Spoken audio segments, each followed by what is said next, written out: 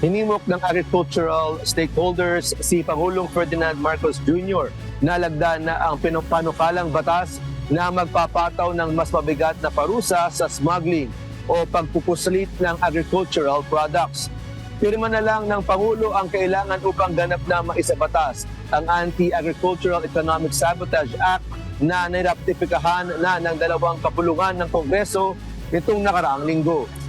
Sa ilalim nito, itataas sa habang buhay na pagkabilanggo ang parusa sa mga smuggler, hoarder, cartel at profiteers o mga nagsasamantala sa presyo ng produktong agrikultura gaya ng bigas, karne at isda. Papatawan din sila ng multa na katumbas ng triple ng halaga ng sangkot na produkto. Ayon sa pangunahing sponsor ng panukalang batas sa Kongreso na si AGA Party List Nick Briones, magkakaroon din ng National Council sa ilalim ng opisina ng Pangulo upang manghuli ng mga sangkot sa smuggling, hoarding at profiteering. Kasama rito ang NBI, PNP, Philippine Coast Guard, DTI at DOJ.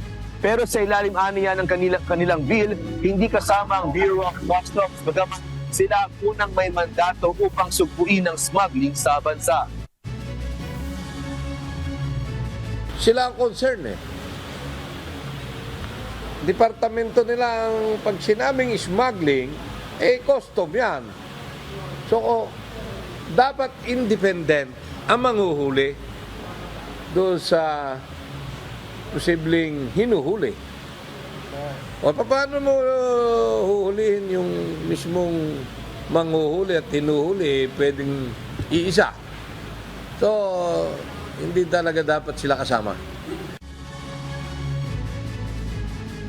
Sa datos ng Federation of Philippine Industries, aabot sa 250 billion pesos ang buwis na nawawala sa gobyerno taon-taon dahil sa smuggling.